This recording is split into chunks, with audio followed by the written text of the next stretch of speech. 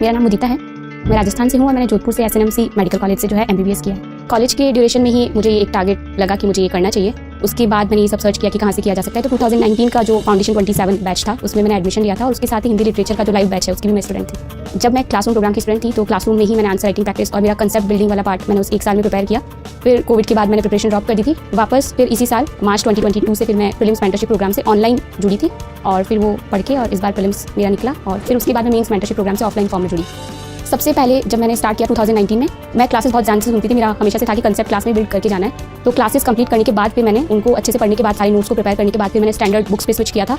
तो इस बार प्रीलिम्स के लिए मैंने स्पेसिफिकली 3 हिस्सों को टारगेट किया था कि पॉलिटी और इकोनॉमी के बेसिक कंसेप्ट्स और तीसरा मॉडर्न हिस्ट्री की जितनी भी फैक्चुअल और हिस्टोरिकल पार्ट्स है उसको मुझे अच्छे से प्रिपेयर करना है। तो पॉलिटी के लिए मैंने लक्ष्मीकांत, मॉडर्न हिस्ट्री के लिए स्पेक्ट्रम और इकोनॉमी के लिए मैंने सिर्फ क्लास नोट्स को रेफर करके करंट अफेयर्स के साथ जोड़ के पढ़ा था। मैंने जो दृष्टि की प्रीलिम्स प्रैक्टिस सीरीज आती है उसके कुछ स्पेसिफिक हिस्सों से मैंने जैसे पॉलिटी की मैंने पूरी सॉल्व की थी, हिस्ट्री का मैंने सिर्फ मॉडर्न हिस्ट्री वाला पार्ट किया था। तो सेलेक्टिव और जहाँ से ज़्यादा क्वेश्चन आने की पॉसिबिलिटी है वहाँ से मैंने करके और इस बार प्रीलिम्स किया। मुख्य परीक्षा के लिए मैं यहाँ आ गई थी मेंस मेंटरशिप प्रोग्राम में। तो सर के साथ ही एसोसिएट होकर फिर मैंने पूरी प्रिपरेशन की थी क्योंकि प्रीलिम्स तक मेरी कोई मेंस की तैयारी नहीं थी सिवाय इसकी कि मेरा ऑप्शनल जो कि 3 साल पहले मैंने पढ़ा था। तो यहीं आके फिर जो शेड्यूल था उसको फॉलो करने की कोशिश की और टेस्ट लगाने की कोशिश की। सबसे ज़्यादा तो एनवायरनमेंट जो मुझे यहाँ मिला क्योंकि 24/7 लाइब्रेरी की अवेलेबिलिटी थी और मेंटर्स की और सोर्सेज अगर आपको कुछ भी चाहिए पढ़ने के लिए तो वो सब कुछ यहाँ अवेलेबल था, आपको सिर्फ आके पढ़ना था। तो ये मुझे बहुत कॉर्डियल एनवायरनमेंट लगा प्रिपरेशन के लिए। आउट ऑफ स्ट्रेस आपको एक बार मोटिवेशन हर बार मिलता रहे जब भी आपको चाहिए। प्लस टेस्ट अगर आप सीरियसली फॉलो करते हैं और शेड्यूल फॉलो करते हैं तो आप बिना किसी डिसऑर्गेनाइजेशन और हैप्पीजार्टनेस के आप अपना सिलेबस कंप्लीट कर सकते हैं। तो ये मुझे बहुत हेल्पफुल लगा मेंस मेंटरशिप के पॉइंट ऑफ व्यू। मैं थोड़ा नाइट रीडर हूँ तो मैं क्योंकि लाइब्रेरी पूरे टाइम ही ओपन रहती थी तो मैं शाम को आती थी 4 बजे और सुबह जाती थी 5-6 बजे के अराउंड। आंसर राइटिंग में मेरे साथ सबसे बड़ा जो इशू था वो कंटेंट का था। भाषा पर मेरी ठीक पकड़ थी तो कंटेंट पे मेरे साथ यहाँ पे मुख्यतः काम किया गया था। तो जो मुझे अवेलेबल करवाया गया कि ये पढ़ना है, जैसे डेली आंसर राइटिंग की हमें यहाँ पे आंसर फॉर्मेट में नोट्स अवेलेबल करवाए जाते थे तो वो मैंने पढ़े यहाँ पे। प्लस मैं कोशिश करती थी कि कंप्लीट कैसे किया जाए पेपर, ये एक लास्ट में टारगेट रखा जाए। तो यहाँ पे उसी के पॉइंट ऑफ व्यू से मैंने प्रैक्टिस की थी।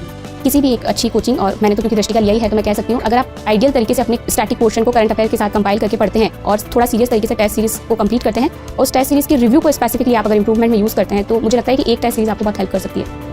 निबंध में मेरे साथ सबसे ज़्यादा जो दिक्कत थी वो रूपरेखा की थी और उसके लिए फिर मैंने सर के साथ मिलकर काम किया था। तो निबंध ही मुझे लगता है इस बार मेंस का जो मेरा ये अटेम्प्ट निकला है उसमें मुझे लगता है बहुत अच्छी भूमिका निबंध की रही होगी निश्चित रूप से।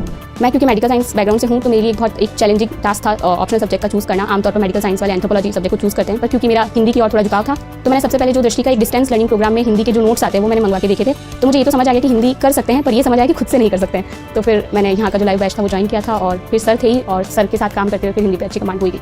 टाइम मैनेजमेंट इस चीज़ के पीछे नहीं भागना है कि कोई सुबह उठता है तो हमें सुबह 5 बजे उठना है या कोई बहुत लेट रात तक पढ़ते हैं। तो हमारी बॉडी के अकॉर्डिंग, हमारी रिक्वायरमेंट और हमारी कंफर्ट के अकॉर्डिंग बस हमें उसी टाइम को चूज़ करना है।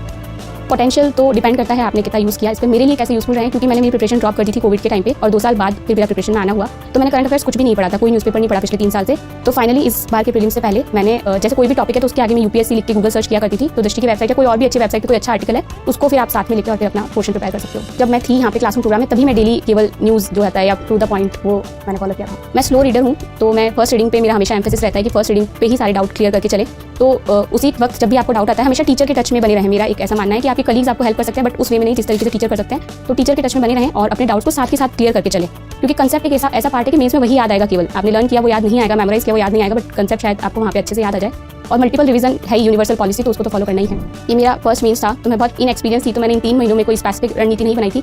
लेकिन ये था कि मेंस एग्जाम में जाने से पहले मैं सर के पास गई थी, मेंटर सर के पास, और मैंने उनको बोला था लास्ट टिप जो अगर आप मुझे देना चाहते हैं वो क्या है इस एग्जाम के अगले 15 दिनों के लिए। तो उन्होंने मुझे सिर्फ ये बोला था कि तुम बस सारे प्रश्न करके आ जाना कैसे भी करके। तो बस वही मेरी अगले 15 दिनों के लिए रणनीति थी कि खुद को काम रखना है और कैसे भी करके सारे प्रश्न करने हैं और हर क्वेश्चन में कुछ एक अच्छी क्रिएटिव चीज़, कोई ग्राफ या डायग्राम या कोई लाइन डायग्राम वो आपको ऐड करना है। तो मुझे लगता है उसने मेरी हेल्प की इस मेंस को निकालने में। मोटिवेशन डीमोटिवेशन इस तैयारी का एक अपना हिस्सा है। फैमिली का सपोर्ट अगर आप साथ में लेके चलते हैं उनको कॉन्फिडेंस में लेके तो निश्चित रूप से मिलता ही है। मुझे विकास द्विवेदी सर से बहुत ज़्यादा सपोर्ट मिला है, सर ने मुझे बहुत ज़्यादा मोटिवेट किया है तो मेरे लिए वो बहुत हेल्पफुल था हमेशा से। और प्लस टेस्ट जो होते हैं वो आपका एक असेसमेंट होता है तो उसको आपको अपना मोटिवेशन और डीमोटिवेशन का बेसिस बनाना चाहिए। अगर आप टेस्ट में अच्छा कर रहे हैं प्रॉपर तरीके से तो आप मोटिवेटेड रहें और नहीं कर रहे हैं तो ज़्यादा मोटिवेटेड होकर पढ़ें। रश्मि रथी जो है रामधारी सिंह दिनकर की कृष्ण की चेतावनी की जो शुरुआती पंक्तियाँ वो मेरी बहुत प्रिय पंक्तियाँ हैं, वही मैं सुनाना चाहूँगी क्योंकि उसमें आता है कि देखें आगे क्या होता है। यही हमारे जीवन का दर्शन भी है कि देखते हैं आगे क्या होता है। तो वही 4 पंक्तियाँ रामधारी सिंह दिनकर की कविता की। वर्षों तक वन में घूम घूम बाधा विघ्नों को चूम चूम सरधूप गाम पानी पत्थर पांडव आए कुछ और निखर सौभाग्य न सब दिन सोता है देखें आगे क्या होता है। Thank you.